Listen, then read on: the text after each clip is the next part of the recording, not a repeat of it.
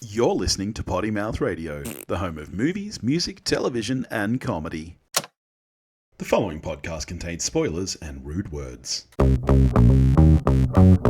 watch thing. We watch thing. David Powell, David Powell, David Powell. Hey, hello. It worked! It's showtime. I summoned you, buddy. How you doing, mate?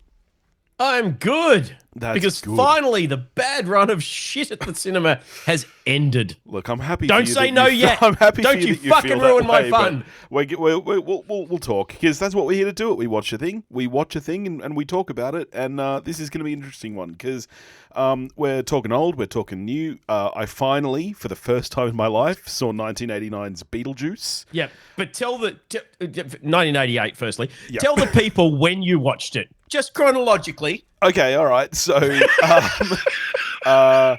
Friday, I went to the cinemas and I caught Beetlejuice Beetlejuice. And then approximately 2 days later on Sunday night, I watched Beetlejuice for the first time.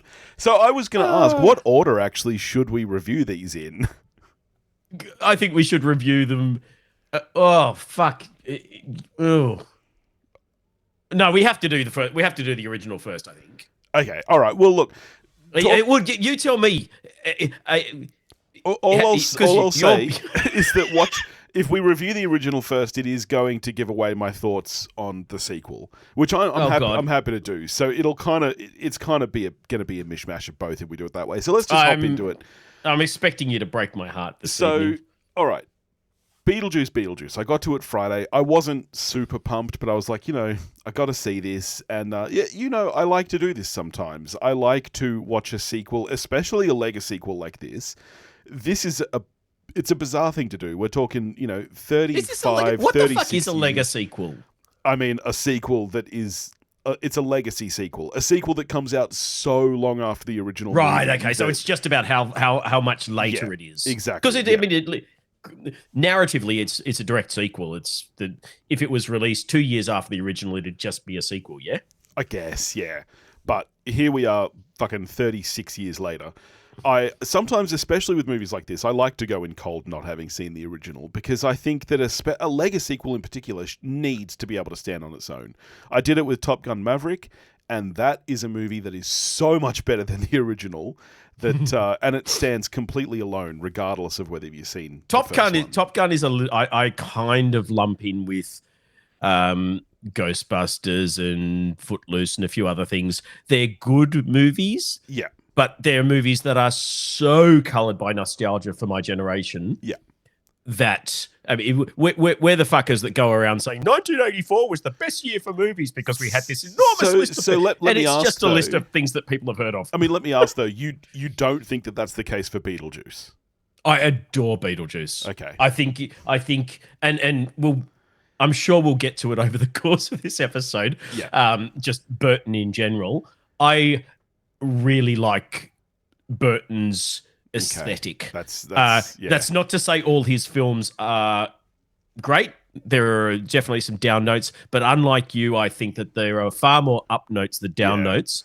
And I mean, there are some very, very high up notes. That's our first big difference immediately off the bat. I'm not a huge Burton fan. I think that he's done some good work. Ed Wood is great.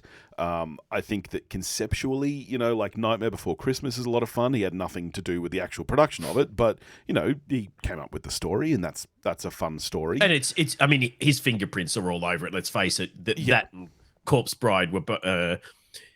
It's still a Burton joint, even though he had another director. So I came into Beetlejuice on Friday night, not high expectations, and I'm glad because my expectations were not even met. I really, really disliked the sequel to the point where that's why it took me a further 2 days to watch Beetlejuice because I thought it was so bad. It took away any interest I had in watching Beetlejuice. But I am happy to report the original, much better movie. A much, much, much better movie. I still think it's overrated. I don't think this is one of the best movies of the 80s, but at least it's a movie. A lot of that mileage will depend on whether you're on board with the Burton. Well, shtick of it all. This is what I thought. He has a very particular style. I assumed that my dislike of the sequel might be because I don't have that nostalgic love for the original. I don't. It's hard to say. I don't think that's the case. I've heard other people review the sequel who felt the exact same way I did, who do like the original. You obviously like both, I'm guessing. Our good friend Julio is a prime example. He and I are both on the same camp that, I mean, there are a lot of great Burton films, but we both love the original. Yeah. We differ wildly on our opinions on this new sequel. Yeah, he's in your camp. He is not a fan of this. I think this is one of the worst movies of the year. It's not the worst. It probably won't make my 5, but if we were doing a list of 10, it would be there. I think this is a really, really bad movie. So I was not excited to go watch the original, but I'm happy to report I actually quite enjoyed it. Again, I think it's overrated, but I think at least unlike this one, it follows a cohesive thread. I think it's got a really good story, which is not what I was actually expecting. I think production-wise, it's good. I liked the first one. It's good. All right. Well, that's all right. It's more than I was expecting. Like I think it's supremely overrated. Like even as far as Burton goes, it's, for example, it's not as good for me as Edward Scissorhands or Ed Wood, like I mentioned before. But I think it's a good, solid flick, especially for the 80s. It's kind of. I mean, I'm going to go to Burton in general briefly. So he's got a kind of an ebb and flow to his films. So you start out with Big Top Pee-wee or Pee-wee's Big Adventure. I can't remember which one it is. I think it's Pee-wee's Big Adventure. But it's just pure zaniness, and it's more Pee-wee Herman than anything else because he was just a fledgling director, fresh out the gate. So it's kind of Pee-wee Herman, and you get a little bit. Then you've got things like Beetlejuice in there, where it's Burton kind of being himself. This is pure him. So you've got claymation and puppetry, all the things that he really loves, stop motion in there, obviously a dark gothic sort of sensibility. Everything's playful, over the top. Certain things don't make sense because it's just kind of his dreamscape put on film. You know what? I didn't find that. That's why I was surprised with Beetlejuice. I didn't find any of that things don't make sense. I think in the world of the story, everything that happens in Beetlejuice makes perfect sense. In the world of the film, yes, it makes sense. Yeah, I guess I meant more, not that it narratively didn't make sense, but visually it's hyper real. Yeah. Even the Dietzes are over the top. I mean, Delia Dietz is a kind of a hyper realized archetype of a character. Lydia Dietz is a kind of over the top, gothic but beyond that. Yeah, everyone is kind of, with the exception of the Maitlands, even the real estate agent is kind of a cliche real estate agent and then some. Everything's a little bit amped up.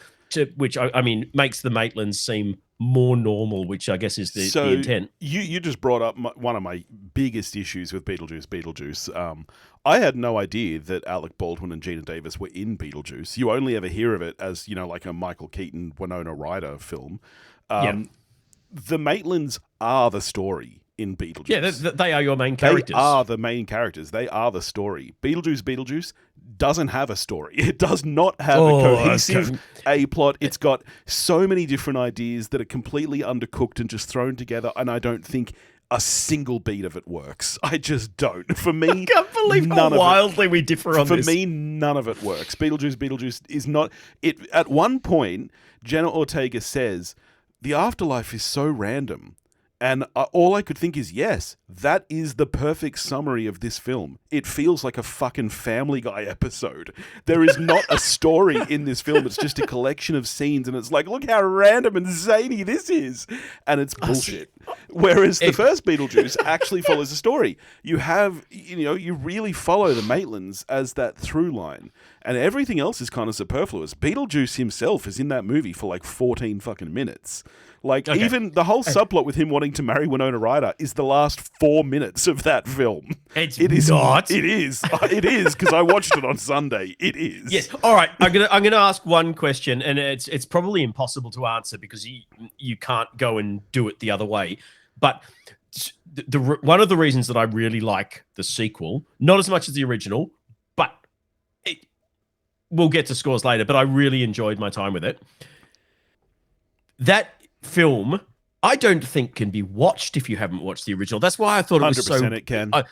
It doesn't follow anything from the first film. It really doesn't. But I think every element of that film almost is calling back to things in the original. Even you've got characters that aren't in the original. Obviously, it's moved on. They've written around, Jeffrey, obviously, for reasons. Yep. And I think they've written around. They did that really cleverly because, again, as someone who hadn't seen the original, I didn't know that he played that character.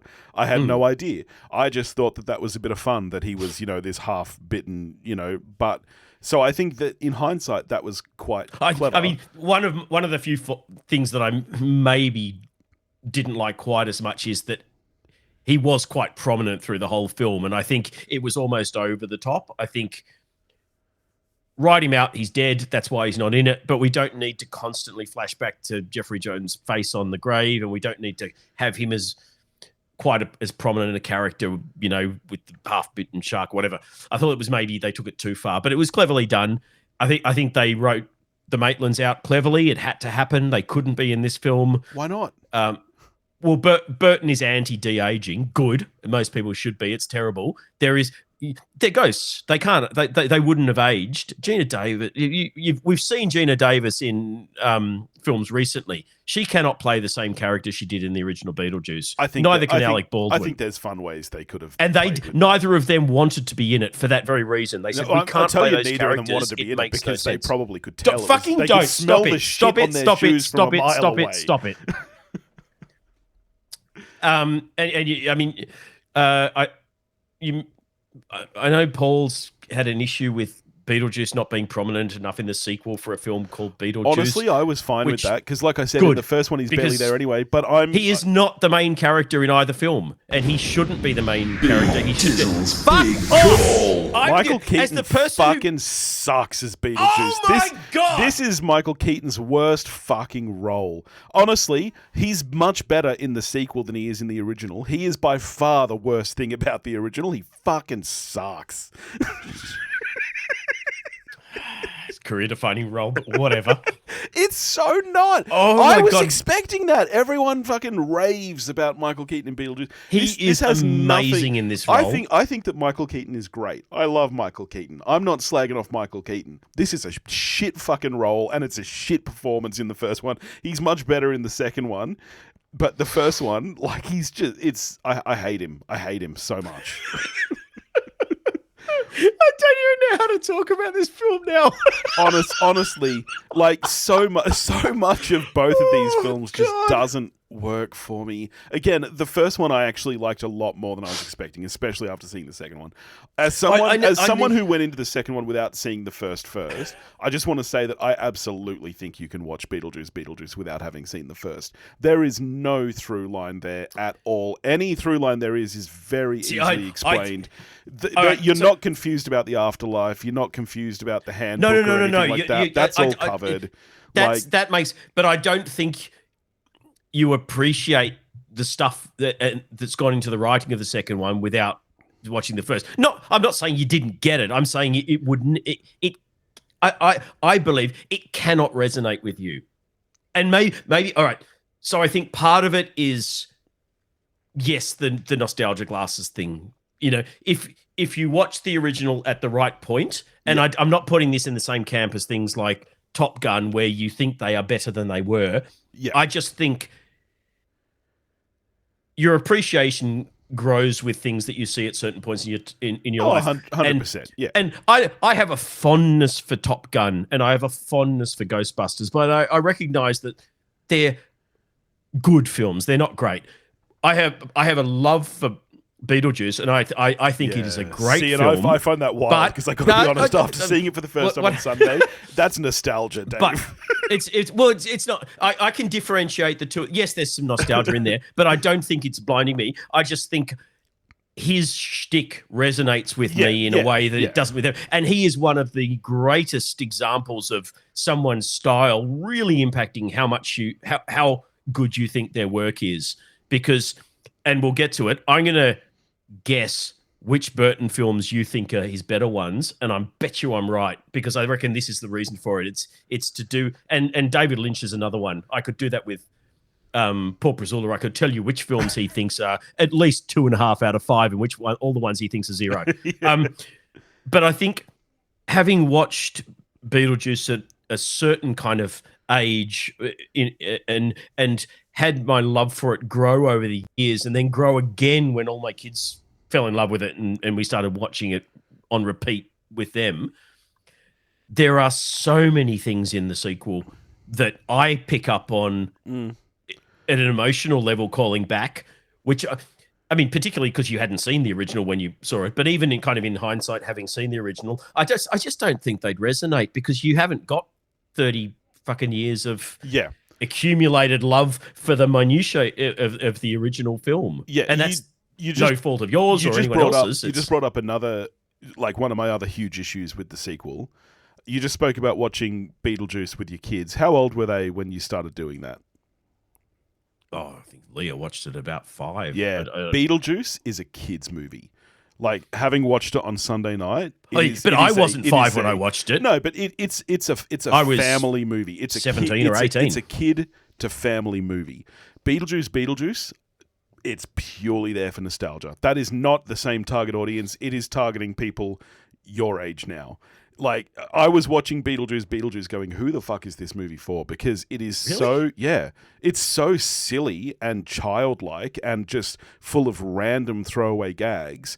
And yet the violence in the sequel is much more full on than in the first one. Oh, it's both products of their time. You could not have the blood on screen for the age group stylistically in Beetlejuice that you do in Beetlejuice.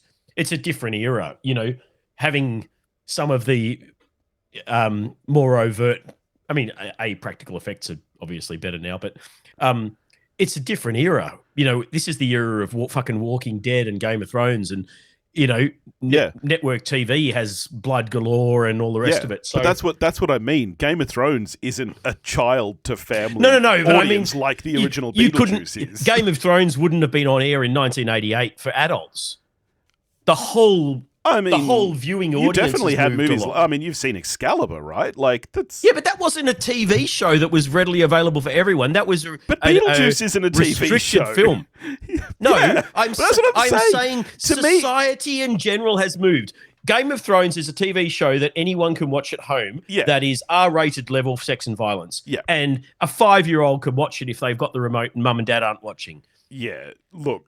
I think that's a poor excuse. It would not have been on TV back then in the same way that you have violence and stuff in movies now at say, an M rating that would never have flown in the 80s. To me, this is such a bizarre thing. To make a sequel to a children's film that is this violent, it's like, honestly, like imagine a Space Jam sequel that's just full of blood and gore. Like, I don't understand the audience for this film other than the nostalgia berries. Like, that is the only reason this film exists.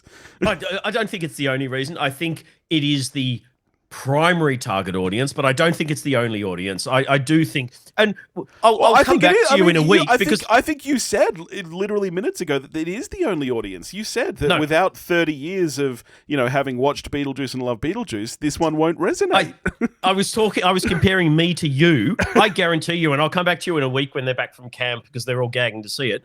After I take the kids to see it. And I'll tell you whether they loved it or not. Yeah. Because they don't have 30 years, but they are fans of the original film. And I think they will still pick up on this. And there are so many little, I mean, even the through line plot stuff about Beetlejuice still wanting to marry Lydia and that being a thing. And I mean, I'm so frustrated you didn't like. I just you found know the what? entire I'm thing. more frustrated that you didn't love the original, that you just kind of thought it was okay. Yeah, but I thought it was okay. Like, I do think it's overrated, but I thought it was a solid movie. Like, I'm giving the original a 7. I think that the original original has some good moments. It's got some really good stuff in there. Again, I thought the Maitlands were great. I thought that when Beetlejuice does appear on screen, or even a lot of like his tricks and stuff, like the Deo scene, for example, there's no Beetlejuice in that scene, but it's a good, effective scene. When you look at the version of that scene in this film, which is the weird fucking song at the wedding that goes on for about 15 minutes. Oh, the MacArthur Parks. Oh, it was I hated it. I hated it. It was absolutely terrible. It was absolutely terrible. Like, even just for nostalgia, they throw in the choir singing Deo at the funeral for no reason. Like, that is literally not for no reason. It was an important moment in Charles Dietz's life. No, it wasn't. He's not remembering that 35 years later. Are you kidding? I'm telling you that had no the time you had impact a dinner party and you were all possessed by ghosts and sang a Harry Belafonte song. Enough that you'd want it to play at your funeral? Nah. Well, yes, I'm calling bullshit. No, because that was not only was it a unique and weird moment that you would never forget, but it was also the moment that kicked off a series of events that led to his relationship with his wife getting better, his wife and his daughter getting a better relationship, the Maitlands coming into their lives, who were then presumably there for co-parenting their daughter for we don't know how long, but a considerable amount of time before they found their loophole and moved on. Yeah. No. I say, yep, he would have loved that song. No, the Soul Train gag that just went on and on. I loved it. Come on. None of this movie worked for me. Like I said, it felt like a Family Guy skit. It's just a collection of, hey, what about this? What about this? Like, there's that in the original as well. I don't think there is. Smoking guy in the waiting room. They're all just throwaway gags. It's like yeah, but it's more cohesive. It all flows as part of the narrative in the original. The original has a very clear thread from A to B, and this one has so many different plot points. Like, so many. Like, Monica Bellucci, what the fuck? Right, she's only there because she's Burton's wife. Dating the director. She's got nothing to do with anything. My only negative on this film is she didn't need to be there. You could have had anyone. It didn't need to be her. She adds nothing. But she kicks off the movie. She starts as the A-plot. Then you move over to fucking Winona Ryder. Then I don't think she's over to the A-plot. She is Deus Ex Machina. She is. But for what purely purpose? There as this is a short movie. It's less than 2 hours, and it would be exactly the same without that plot at all. But I think the only purpose she serves narratively is she is an incentive for Beetlejuice to want to help and other than I still harbor feelings for Lydia. It gives him a genuine reason to have to marry her. That balances against her need for him to help. So there is a slight narrative. Oh, come on, you've done writing. You understand the balance of narrative. You don't need that. You don't need that. We know the reason is because he's fucking dating her. I'm just saying. Yeah. The character serves some purpose, but as I said, it is my one negative. Here's the thing that sucks for me. I would have rather that been a movie and fuck off Jenna Ortega. Fuck that entire character and subplot off. Give me Gerald Morris. I'm calling on the army. We need to take down Billy Dunham. But honestly, give me more of Monica Bellucci and make that an actual story instead of having these two half stories that make no sense. Honestly, look, Jenna Plaza. Sorry, Aubrey Ortega. Sorry, she fucking wishes. Are you trying to hurt me? I think she's fine in the movie. I think she's totally fine, but the plot is useless. It's useless. See, we even disagree on that. I would rather Bellucci was not in this at all. Yeah, and we didn't have that character, and therefore didn't have that funny little cameo by Danny DeVito. None of that was there. I thought the heart of the movie was Winona Ryder and Jenna Ortega's relationship. I thought they apparently really bonded and became besties on set and all the rest of it. And I think you could feel that chemistry on screen. And I reckon that chemistry shines through like a fucking radiant sun. Justin Theroux, what the fuck is Justin Theroux doing here? Like, none of this. Doing he's being a cameo. He's just there for comedic relief. He's serving no other purpose. Well, I wish he'd been funny then, honestly, because I didn't laugh once in this movie. I did not laugh once. Like I said, I think that Michael Keaton is doing a better job in this film, but I still don't think Beetlejuice is a funny or fun character. See, I didn't laugh out loud at anything Theroux did. He was just there doing cameo stuff like he's done in a lot. How many times did you laugh at Willem Dafoe? Poor Willem Dafoe wasting his time with this movie. Oh, I liked him. I didn't laugh out loud. This is not a laugh out loud film. I mean, it's not meant to be a laugh out loud film, I don't think. You don't think it's meant to be? Not a laugh out loud film. I think this is meant to be a comedy. I didn't say that. I said I don't think it's a laugh out loud film. There's different types of comedy. Yeah. This is a kind of chuckle along with it, humorous, zany ride of a film. I don't think it's meant to be a laugh out loud film. Interesting. I genuinely, I don't think it's intended to have that level of joke. Interesting. So can I ask then what you think the point is? Because here's my thing with this movie. A comedy works because even if you're not feeling emotionally invested, at least it is getting unemotion out of you. You're laughing. It's making your body do something. Oh, I'm not saying I wasn't amused. And I just found so little in this movie because, like I said, at least in the first one, you had the through line of the Maitlands. You had characters that you cared about. I did not give a shit about Winona Ryder in this movie. I did not give a shit about Jenna Ortega in this movie. I certainly did not give a shit about Beetlejuice in this movie. I just you're not meant to give a shit about him. He's nothing to care not about. The good guy. Yeah, I can genuinely cared about that both. I've upset you. No, I like these discussions. They're lively. Oh yeah, but we're recording Hunt for the Perfect Album after this, and it's an album I gave you that I already know you brace yourself, buddy. I'm coming for you. No, I didn't expect. I said this earlier. Okay, I know you haven't seen them all, so the answer is probably I haven't seen it to most of these, but I'm gonna take a guess at the Burton films that you actually think are good films. And I would suggest, you've mentioned Scissorhands, which is a given. That's everyone loves fucking Edward Scissorhands. But I would suggest it's things like Big Fish, it's things like Big Eyes, it's things like I haven't Ed watched Wood. either of those because I don't like Burton. Okay. They came well and truly. Like Big Fish was like mid 2000s, yeah. Like that came well and truly into the I'm done with Burton phase of life. Wow. Okay.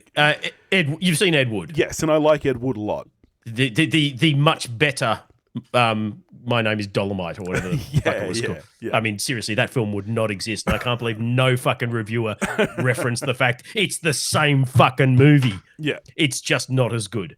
All right. So, firstly, I would suggest that you would really like Big Fish and Big Eyes. Okay. Because they're far more just straight narrative things. They're the polar opposite of Alice in Wonderland, Charlie and the Chocolate Factory. Okay, good. That stuff.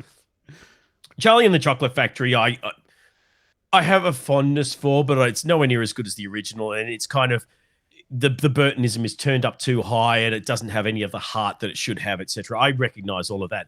I do think both the Alice films are very good, and I really like them, but I'm kind of in the minority there, and that's my Burton affinity.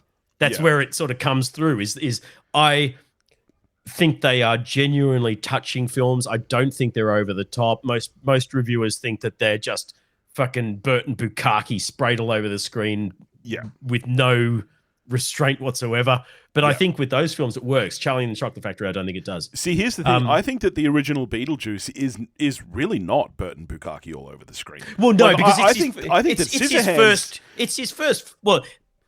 Pee-wee's his first film, but it's his first it's the first Burton film. Yeah, but I think if anything, I think Scissorhands leans much more into that aesthetic than Beetlejuice does. I just think that Scissorhands is more of a touching, moving story. I think he found his groove more, and it's a different. I mean, that is the same writer from memory that did Corpse Bride and Nightmare Before Christmas, and you can sort of feel they're all really quite touching heart, you know, Yeah. they have a fair amount of kind of sorrow to them and whereas tragedy. Beetlejuice, I think, is missing that. I think that the story conceptually is there, and I think you could have leaned more in that direction, and it doesn't because it's a comedy. It leans into the comedy.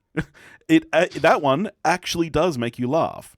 Like the first one? Yeah, okay. The first one. Yeah, and I just think that this one completely missed the mark, for me at least. Obviously, I'm in the minority. People are enjoying this movie. It's going to make its money back. Well, it's people quite are in divided. line with you than they are with me.